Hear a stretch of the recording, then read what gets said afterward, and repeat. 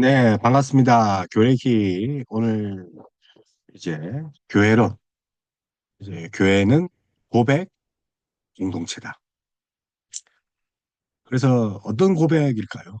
사랑의 고백입니까? 인간적인 그런 고백이 아니라 사실 예수님을 주로 공백하고 주와 그리스도로 고백하는 자들의 모임이지 않습니까? 그래서 우리가 세례를 받을 때 누구누구는 예수님을 주와 그리스도로 믿는 누구누구는 정보와 성자와 성령의 이름으로 세례를 주노라. 맨. 그렇게 공포하지 않습니까? 세례를 주고 저희 같은 경우는 대한예수교 장로의 숙교의 성도임을 선포하노라. 그렇게 어, 세례식을 거행합니다. 다시 말하면 예수 그리스도를 주와 그리스도로 고백하는 그런 공동체가 바로 교회입니다. 교회는 고백 공동체. 오늘 어떤 고백을 또 하는지, 또 이 고백을 통해서 어떤 공동체가 이루어지는지 한번 배워보도록 하겠습니다.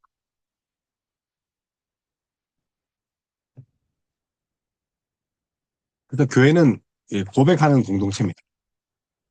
많은 그 기업이 회사의 그 정신을 이야기합니다. 저희 교회도 사명 선언문이 있습니다. 저희 교회도 사명 선언문이 있는데 각 공동체, 단체마다 그 공동체의 정신을 담아놓는 그런 선언문이라든지 정신이 있다는 거죠. 이제 기업의 핵심 가치를 나누는 또 경영 철학을 또 그 정신에 담고요. 또 가치와 철학이 경영자에게 머물면 안 되고 또전 사원에게 전달되도록 하기 위해서 또뭐 이제 정신 교육, 또 가치 교육 그런 교육을 많이 합니다. 그래서 기업의 로고 아주 중요하죠. 그래서 각 공동체마다 그런 가치와 그 헌신의 정신, 창업 정신이랄까요? 그런 것들이 있습니다. 이 교회의 하나됨을 지키는 가장 우선되는 방법 역시도 이런 하나의 가치, 정신인데 그것을 이제 이런 말로 고백이라고. 그래서 교회의 하나됨 지키기 위해서 가장 우선적으로 무엇이 있어야 되냐면 하나의 믿음, 하나의 고백입니다. 그래서 다른 고백이 돼서는 안 됩니다. 교회가 믿는 바를 모든 성도에게 알리고 교육해야 되는 거죠. 우리는 이제 칼빈주의에 입각해서 장로교 교회입니다. 그렇기 때문에 칼빈주의에 대한 이 정신과 가치를 계속 공부하는 거죠. 그래서 우리 고신 교단의 헌법책에 보면 웨스트민스터 신앙고백서, 대요리문답, 조요리문답이 있습니다. 이것이 이제 하나의 믿음을 추구하기 위해서 가르치는 것들, 정신과 가치라는 겁니다. 그래서 로마서 10장 8절에서 13절을 보면 그러면 무엇을 말하느냐? 말씀이 내게 가까워 내 입에 있으며 내 마음에 있다 하였으니 곧 우리가 전파하는 믿음의 말씀이라. 그래서 말씀이 우리의 입에 있다는 거죠. 그래서 마음에 있는 것을 입으로 이제 고백할 수 있어야 된다. 그래서 네가 만일 네 입으로 예수를 주로 시인하며 여기 시인하다 말 그리고 10절에 사람이 마음으로 믿어 의에 이르고 입으로 시인하여 구원에 이르니 그래서 입으로 시인하다. 그래서 호모로게오 시인하다가 뭡니까? 호모로게오 헬라어로 호모로게오 한 입으로 말하다. 함께 말하다. 함께 고백하다 뜻입니다. 그래서 사도 바울은 말씀을 전파하는 사역이 얼마나 중요한지를 지금 한 입으로 말하다. 자, 말씀을 전파해야지 한 입으로 고백할 수 있습니다. 말씀을 전하는 사람이 없으면 듣는 사람도 없겠죠. 듣지 못하면 믿을 수도 없고 믿음은 들음으로써 나기 때문에 고백할 수도 없습니다. 믿지도 고백하지도 못하는 그런 구원을 얻을 수 있습니다. 그건 그것이 어디부터 시작됩니까? 말씀을 들음으로. 말씀을 듣는 것은 말씀을 전하는 사람이 반드시 존재한다는 겁니다. 그 사람을 파송하는 교회의 사역도 중요합니다. 여기서 입으로 시인하여 구원에 이른다. 우리 10절에 이 말씀 단순히 목소리를 내서 따라하면 되는 것이 아닙니다. 자, 사람이 마음으로 믿어. 그 전제가 되어 있죠. 마음에 동의하지도 않고 머리로 이해하지도 않으면서 그저 주문처럼 말하는 그런 구원을 얻을 수 없습니다. 자, 마음과 입을 분리할 수 없다. 그래서 머리로 믿고 자, 마음, 의지를 가지고 입으로 말한다.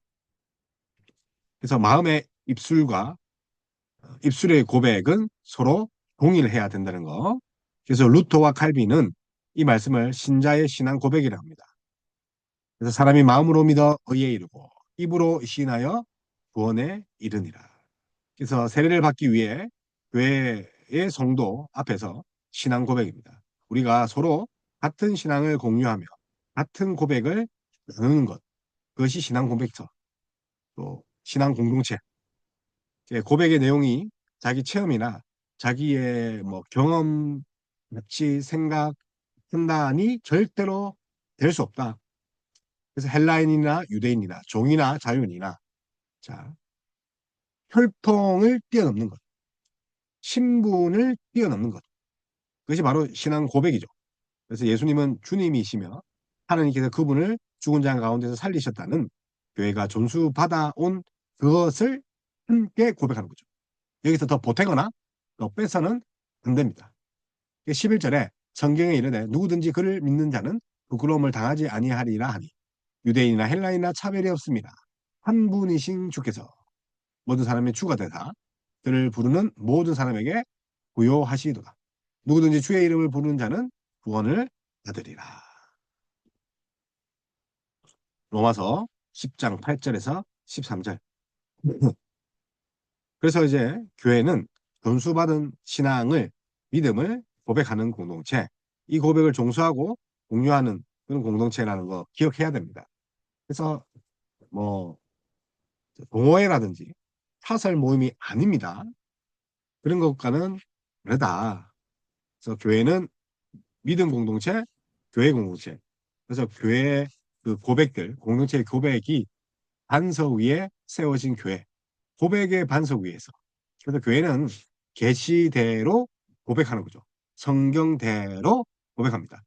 마태복음 16장에 보면 예수님께서 내가 이 반석 위에 내 교회를 세우겠다.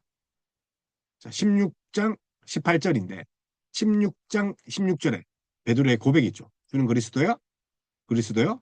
하나님의 아들이신. 자, 이 믿음의 고백, 고백의 반석. 자, 반석은 페트라입니다. 바위 페트라죠. 그래서 아버지께서 주신 계시를 받은 그 베드로가 고백합니다. 그래서 하나님께서 주신 계시입니다. 이 고백을 한 베드로와 그의 고백에 동참한 제자들이 역시 반석이라는 거죠. 반석. 그래서 그냥 경험상, 느낌상 예수님이 그런 것 같다고 하는 것이 아니라 성경에 이르되 성경의 계시대로 그래서 사도들과 선지자들이 교회의 터를 이루는 것입니다. 사도들과 선지자로. 그래서 예수님은 이 반석 위에 교회를 세우겠다는 것은 사도들과 선지자들의 그런 고백입니다. 그래서 사도들과 선지자들의 교회의 터를 이루는 것이고 예수님을 그리스도로 고백하는 사도들의 가르침을 따라 교회는 성부와 성자와 성령의 하나님을 고백합니다. 삼위 하나님을 고백하죠. 그래서 고백은 계시를 따라 하는 복창입니다. 그래서 우리가 만드는 사명 선언물이나 회사의 그런 선언문과 다르다는 거예요. 어디에 기초한답니까? 말씀, 계시에. 그래서 계시와 고백은 그 내용이 다르지 않죠. 일치해야 된다. 이 참 중요하죠. 다만 중요한 차이가 좀 있습니다. 계시는 하나님께 속했지만 고백은 누구에게 속했다는 거예요? 우리에게 속했다는 거예요. 자, 우리의 입으로 나온 그 고백이 또 어디서부터 흘러나옵니까? 하나님의 말씀으로부터. 근데 그 말씀은 하나님 거죠. 근데 고백은 누구 겁니까? 우리에게 속한다는 거죠. 그래서 교회는 말씀으로 계시를 받은 그대로 다시 고백하는 공동체라는 거. 말씀 그대로. 오직 말씀. 그래서 존수된 교리대로 고백하는 겁니다. 내가 만들어내면 안 되는 거죠. 그래서 사도행전 8장에서도 고백하는 장면이 또 나옵니다. 하나님의 사자가 전도자 빌립을 강려로 몰아냅니다. 그래서 그곳에서 빌립은 에디오피아 그 내시를 만나죠. 내시를 만나서 뭐 합니까? 이사야를 풀어주면서 세례를 주는 장면이 나옵니다. 그래서 내시가 세례를 청하자 빌립은 당신이 마음을 온전히 하여 믿으면 가능합니다. 당신이 마음을 온전히 하여 믿으면 가능합니다. 내시는 나는 그리스도께서 하나님의 아들이신 줄 믿습니다. 그래서 예수님이 하나님의 아들이라는 것을 믿는 것, 그것이 마음을 온전히 하여 믿는 거죠. 마음을 온전히 하여 믿는 것이 뭐라고요? 나는 그리스도께서 하나님의 아들이신 줄 믿습니다. 베드로가 했던 이 고백을 내시도 믿음으로 고백한 것입니다. 그래서 이 고백을 듣고 빌립은 내시에게 즉각 세례를 베풉니다. 바울의 회개 사건에도 고백 장면을 발견할 수 있고 바울의 그래서 밤의 새우로 우리가 가는 길에 부활하신 주님을 빛 가운데 만나죠. 어두운 데 거하는 바울이 이제 빛에 거하는 장면이 나온단 말이에요. 그래서 이 사건 후에 그각 회당에서 예수님이 하나님의 아들이시다라고 고백하는 거죠. 그래서 많은 사람이 놀랬죠. 의심하기도 하고. 그래서 고백은 기본적으로 기독론에 입각합니다. 예수는 누구신가? 베드로가 했던 고백 내용은 이후에도 이처럼 계속 반복하죠. 이런 점에서 우리는 로마 교회와 달리 베드로 사도직을 개성한 것이 아니라 사도적 고백, 사도적 교리의 계승, 사도적 신앙을 계승하는 거죠. 사도직에 있지 않습니다. 그래서 교회는 사도적 전제 전통을 따라 전수된 교리입니다. 그래서 믿음을 따라 전수된 교리란 말이에요. 그대로 고백해야 된다. 그래서 세상에 고백하는 공동체죠. 세상에서. 그래서 우리만 고백하는 공동체로 시작해서 이제 세상으로 뻗어나간다. 성도의 삶은 세상이라는 법정 앞에서 또 예수님을 고백합니다. 증인의 삶을 살도록 고백합니다. 그래서 우리가 증인이죠. 마르투스, 순교자이자 증인, 예수님을 주로 고백하는, 주와 그리스도를 고백하는 이런 이제 법률적 의미를 지니고 있죠. 그래서 유대인들은 누구든지 예수님은 그리스도이시다라고 시인하는 자는 어떻게 합니까? 유대인들은 그 유대교에서 출교시키죠. 그러니까 법적인 그런 효력도 있다는 거죠. 고백이라는 게 함부로 남용되는 것이 아니다. 불교와 순교와 그런 것들을 각오해야 된다. 그래서 우리가 이제 16세기 또 15세기에 벽변의 종교개혁이 일어난 시기에 이 고백을 함으로 해서 많은 순교자가 생기지 않습니까? 그래서 로마 교회와 맞서 싸우면서 그들의 교리를 어, 어떻게 합니까? 멀리하고 교리를 받아들이지 않는 거부함으로써 위난함으로써 결국은 고난과 핍박을 당합니다. 그래서 유대인과 제사장과 뭐 여러 가지 종교 지도자들의 고발을 당한 예수님은 선한 증언, 강한 증언이죠. 증거하기 때문에 십자의 고난을 짊어지셨습니다. 그래서 바울은 총독 벨릭스죠. 그 앞에서 유대인들이 이단이라 하는 도를 따라 조상의 하나님을 섬겼다. 자, 이단이라는 도, 예수님, 그러니까 예수님 외에 유대인들이 믿는 것들은 이단이라는 거죠. 거짓된 것. 그 거짓된 것을 따라서 진짜 하나님을 섬겼다는 거죠. 그러니까 유대인들의 전 정체성과 전체적인 역사를 부인한 겁니다. 그래서 고난을 감내하는 고백은 하나님의 영광을 드러낼 수밖에 없는 거죠. 그래서 유대인들이 이단이라 하는 도를 따라 얼마나 유대인들이 화를 내고 핍박하고 표기를 하겠습니까? 그러나 그런 고백함으로써 이제 고난과 핍박과 죽음이 오는데 그런 것들은 하나님의 영광이 됐다.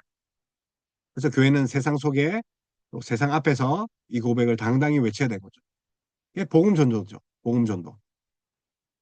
복음 전도는 사실 전도 이전에 믿음의 고백인 것입니다. 자신의 믿음을 세상에 드러내는 것. 그것이 전도잖아요. 그래서 교회는 세상에서 예수님이 주와 그리스도이심을 고백하는 공동체. 이제 예수님을 주와 그리스도를 믿는 누구누구에게.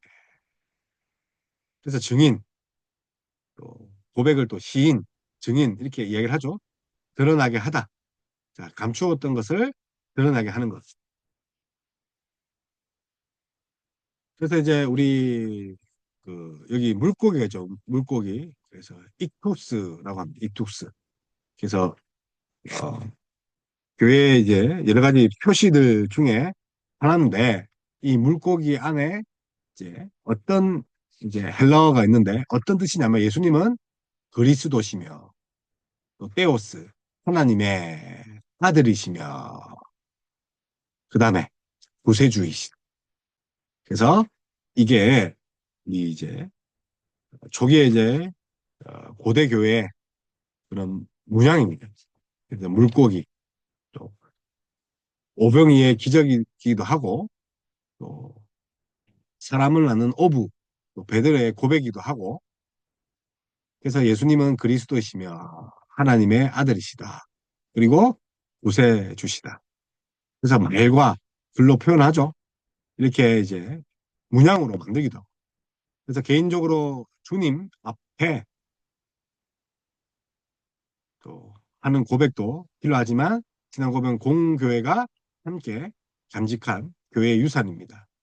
예, 당당하게 이것을 외쳐야 되죠. 익투스 드림 우리 한번 봤죠.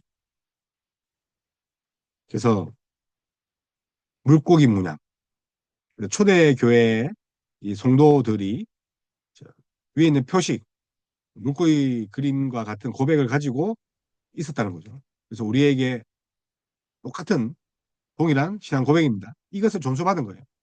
그래서 예수님을 바르게 고백하며 또 우리 교회 또 공교회 또 예배 시에 또 신앙 고백을 함께 하는 거죠. 예수님은 그리스도이시며 하나님의 아들이시고 구세주다. 그래서 회중 앞에서 고백합니다. 그래서 디모데 바울의 제자 아들과 같은 디모데는 예, 증인들 앞에서 선언한 선한 증언 이 선한 증언을 이제 고백이라 하는데 이 고백하다는 동사 이 선한 증언 이 이제 증인 앞에서 여러 사람들 앞에서 고백합니다. 고백은 증인들 앞에서 하는 거죠. 법정인 거죠. 또 되돌릴 수도 없죠. 그래서 우리가 이제 법정에 서거나 또 위헌죄 아시죠? 조문회를 하거나 맹세를 하는 거죠. 나는 진실만 말하겠습니다. 그래서 고백은 증인들 앞에서 공개적으로 진실을 말하는 거예요. 자기 믿음을. 그래서 구속력을 지닌 고백입니다. 마음으로 믿고 입으로 시인하는 것. 그 배경은 공예배입니다. 공예배. 마음으로 믿고 입으로 시인하여. 교회 역사 처음부터 세례를 받는 이가 세례 받기 전에 회중 앞에서 뭐라고 합니까? 마음으로 믿고 입으로 시인하여. 예수님을 주와 그리스도로 믿습니까? 그죠? 그래서 같은 믿음이죠. 같은 신앙의 고백이죠. 세례받은 성도들도 이제 세례를 통해서 믿음을 함께 공유하면서 하나의 한 성령을 마시고 한 마음으로 한 공동체가 된 거죠. 그래서 공중 앞에서 신앙 고백을 의미합니다. 그래서 교회는 그리스도를 향한 바른 고백 위에 설 수 있다는 거. 그리스도를 향한 바른 고백입니다.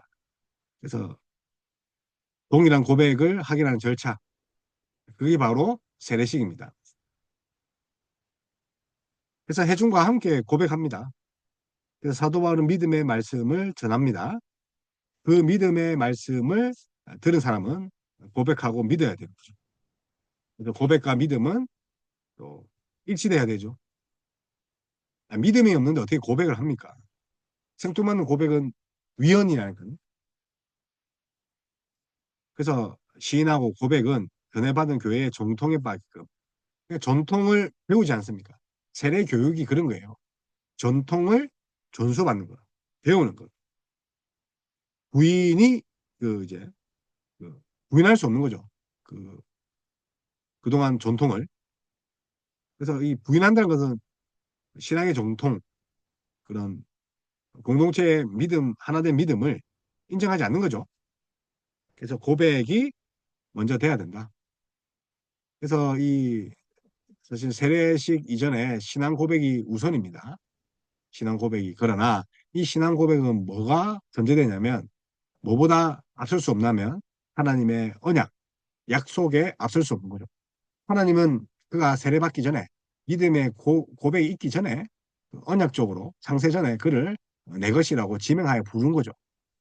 그래서 세례식에는 반드시 신앙 고백이 앞서야 되지만 그 신앙 고백 역시 믿음 역시 뭐보다 앞설 수 없어요. 하나님의 언약, 하나님의 신실성, 하나님의 그 작정하심, 예정하심의 섭리보다 앞설 수 없다. 그래서 개인의 고백은 나 혼자만 하는 고백이 아니라 공동체 고백이죠. 그래서 하나님의 자녀들의 모임이죠. 그래서 우리 대신하여 나는 믿습니다. 세례신경, 그죠? 사도신경은 세례신경으로 우리 대신 뭐 하죠? 나는 믿습니다. 그래도 그래서 나는 우리 안에 함께 포함되어 있죠. 나. 그래서 많은 교회가 어, 공예배 때 시간에 사도신경을 함께 고백하는 이유가 나라는 공동체가 모여서 우리가 됩니다. 나라는 공동체가 함께하면 교회가 되는 거죠. 그래서 나는 믿습니다. 그래서 이 고백은 세례로 우리 모두에게 공유되고 이 고백을 하는 이들이 함께 공동체를 이룬다는 거. 그래서 우리 교회도 이번 주에 세례식이 있는데 그 세례를 받는 두 분이 이제 한 성령을 마시고 한 마음으로 한 믿음의 공동체를 이제 들어오는 거죠. 나는 믿습니다. 그래서 이제 우리 공동체가 되는 거고 모든 교회가 함께 이제 공백하는 거죠. 그래서 우리 공동체. 그래서 이 고백은 굉장한 힘이 있죠. 하나 되게 하는 거죠. 핍박을 이기게 하는 거죠. 혼자 이기면 안 되지만 같이 핍박받으면 견딜 수 있다. 이 고백의 내용은 고린도전서 8장 5절에서 6절 입니다. 그래서 구체적으로 부활과 승기, 예수님이 우리를 위해 행하신 사역을 하고 있다. 그래서 모든 고백의 배후에는 충성된 증인이신 예수 그리스도께서 계신다는 거예요. 그래서 교회는 한란과 핍박을 받을 때도 신앙 고백을 포기하지 않았습니다. 왜? 거기에 뭐가 있다는 거죠? 충성된 증인이신 예수 그리스도 보고 계시기 때문에. 그래서 세상의 풍파가 중요한 것이 아니라 예수 그리스도 앞에 고백하죠. 그래서 목숨이 위협받는 상황에도 공적으로 신앙 고백을 하기를 주저하지 않았다는 거죠. 누가 보고 계신다고요? 예수님이 증인으로. 그래서 음부의 건세가 이기지 못하더라. 음부의 건세가. 그래서 죽음을 각오한 그런 고백이라는 거죠. 음부의 건세가 교회를 위협하여 신앙 고백을 흔들려 해도 공중 앞에서 고백하며 생명을 초계같이 여긴 이 우리 신앙의 선배들, 신앙 고백을 우리가 그래서 버리서는 안 되는 거죠. 그래서 사도신경, 니케아신경, 니케아신경 특별히 또 예수님의 신성을 부인하는 그런 아리우스 그 논쟁에 의해서 만들어지지 않습니까? 150개의 교회가 모였어요. 니케아 공회는 세계 그 교회 회의죠. 세계 교회 회의. 그래서 니케아 신경을 비롯한 공교회적 신앙 고백을 주일 아침마다 고백하는 이유가 하나된 고백이죠. 고백하다. 그래서 같은 말을 하다. 한 입으로 말하다.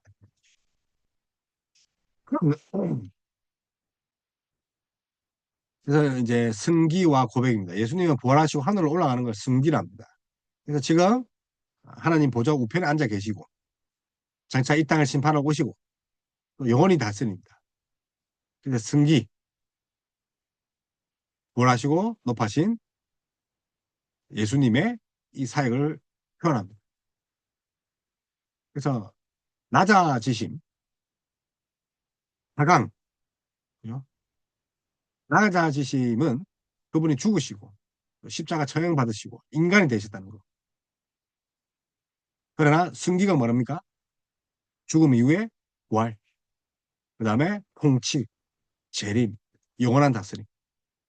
부활이 없으면 그죠? 그 신앙은 아무것도 아닌 거죠. 부활을 기점으로 이제 승기로 변하게 되는 거죠.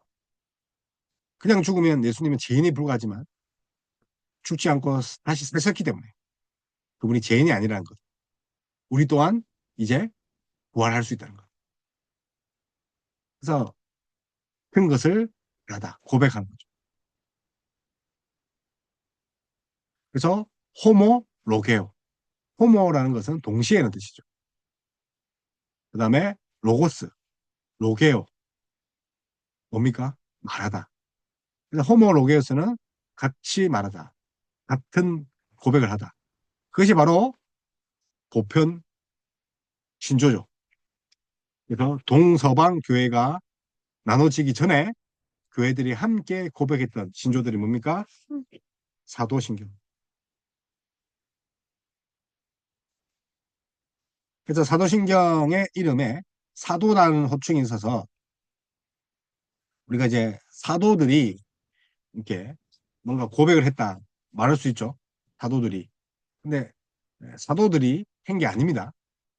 우리가 외우는 나는 전능하신 하나님 아버지를 천지의 창조주를 믿습니다.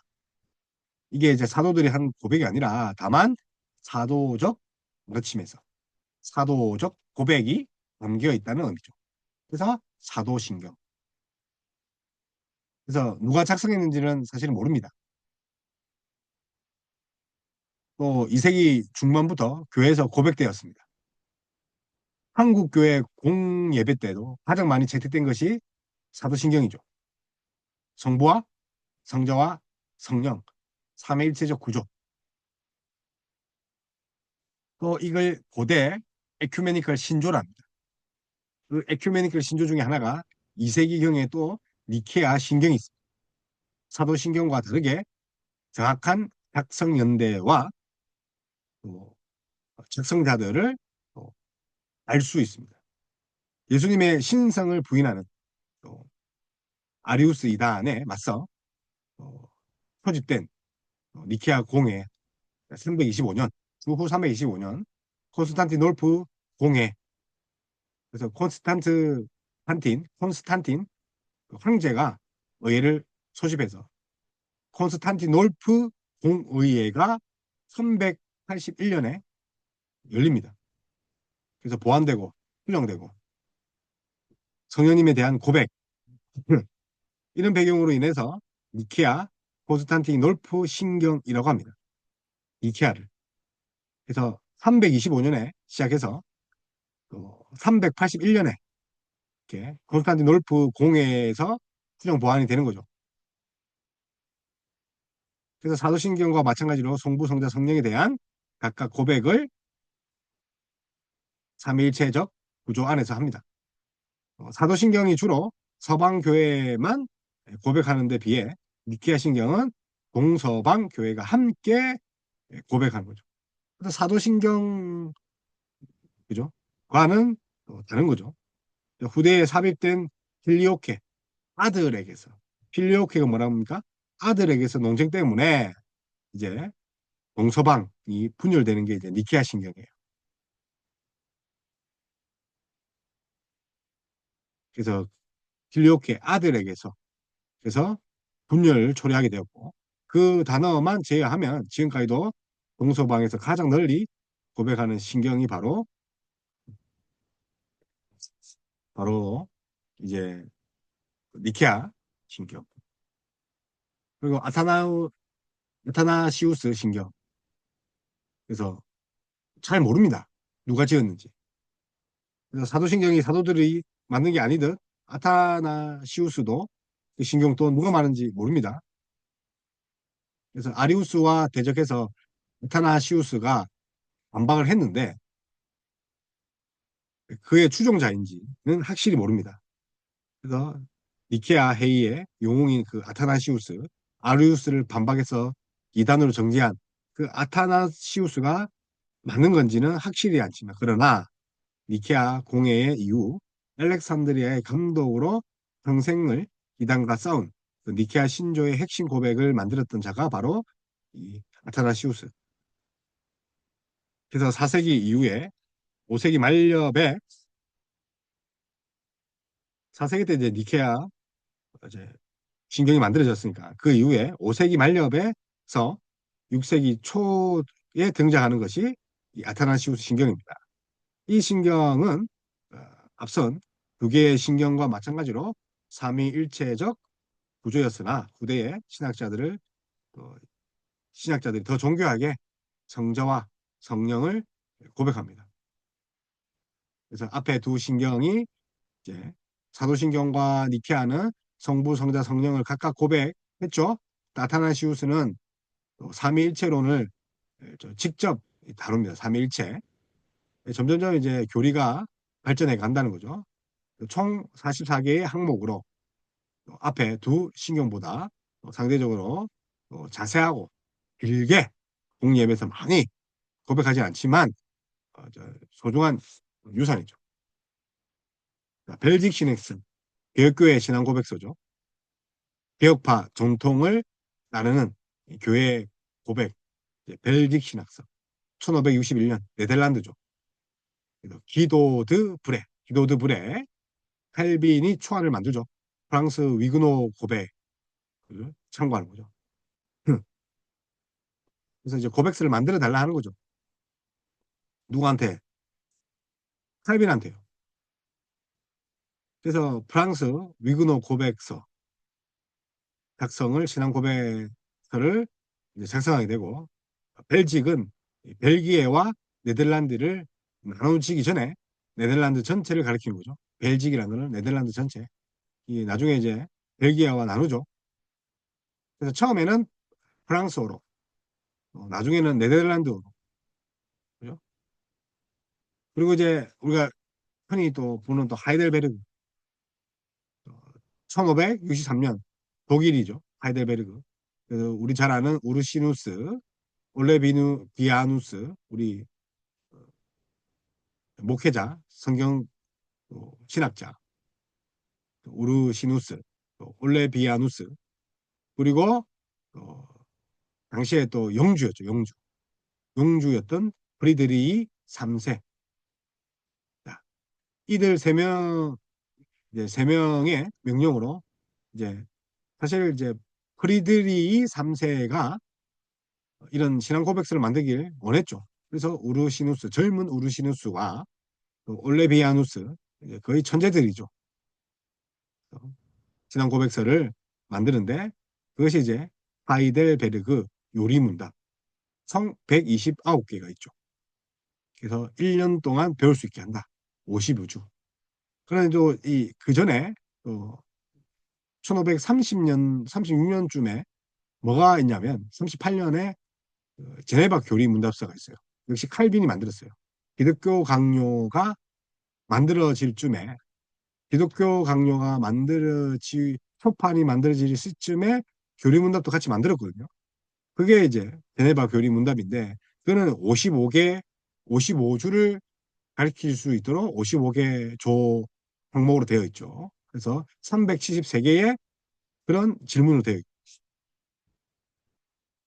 자, 도르트 신경이죠. 1618년, 1619년 네덜란드 도르트, 도르트. 그래서 앞에 채택되었던 하이델베르그 교리문답과 벨지 신앙 고백서의 예정 교리의 항변을 제기한 알미니안주의들. 그래서 아르미니우스파, 항변파죠. 항변파. 그래서 야콥 아리움, 야콥 아르미니우스에 의해서 이제 항변파가 생기게 되는 거죠. 그래서 예정론과 또 교리의 일부분들을 또 수정하게 되는데 원래 얘가 이제 칼빈의 제자인 그 베자의 또 베자 칼빈 제 베자로부터 또 배우는 그런 제자였는데 그래서 이단을 정제하기 위해서 또 연구를 하다가 이 야콥 이 아르미니우스가 그만 이제 사람의 그 의지가 그 구원과 관련이 없다는 것을 밝혀야 되는데 그 의지가 또 구원에 영향을 미친다고 이제 그 이단에 빠지게 된 거죠. 그 이야기를 하면 좀 복잡한데 그래서 걔가 이제 결국은 이단을 증명하는 그런 대책위원회였는데 결국은 이단의 사상을 옹호하게 됩니다. 그래서 항병파가 되고 그 사람 때문에 이제 도르트 신경이 이제 회의가 일어나고 이제 도르트 레헤트 네덜란드 도르트 레헤트에서 회의가 만들어지고 도르트 신경이 만들어집니다. 도르트 신경은 성경에 따라 전적 타락, 무조건적인 선택, 제한 속죄, 이중 속죄죠. 선택과 유기, 그리고 불가항력, 그걸 이제 성도의 견인, 이게 이제 정통적 고리를 제시하고 뒤에 제시했는데 이 항변파, 항변을 하는 거죠. 하나님의 의지가 중요하다.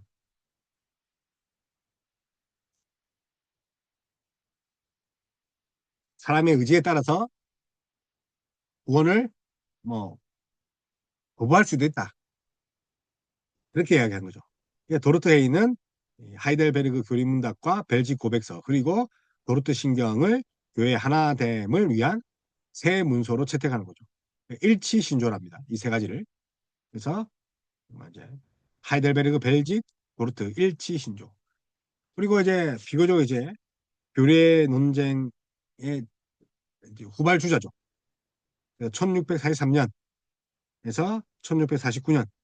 참고로 이제 도르트 신경 같은 경우는 그 프랑스에서 그러니까 이게 전 세계 그, 그 사람들이 참여를 했단 말이에요. 그래서 각 나라에서 먹고 자고 몇 년간 열린단 말이에요. 그러니까 먹고 자고 하는 그 모든 것들을 그 나라에서 다 지급을 했죠, 황제가.